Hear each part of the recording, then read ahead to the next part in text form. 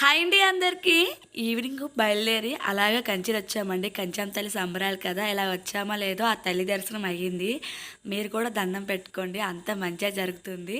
So ఇంకొంచెం ముందుకెళ్తే ఇలా కూర్మ అవతారము, నెక్స్ట్ చాలా ఫొటోస్ పెట్టారు, నేను అన్ని తీయలేదు.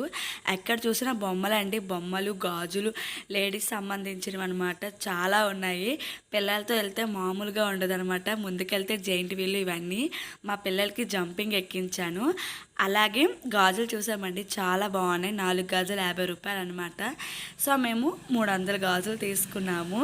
అమ్మకి, నాకు, చెల్లికి, పెద్దమ్మకి అందరికీ కొనుక్కున్నాం.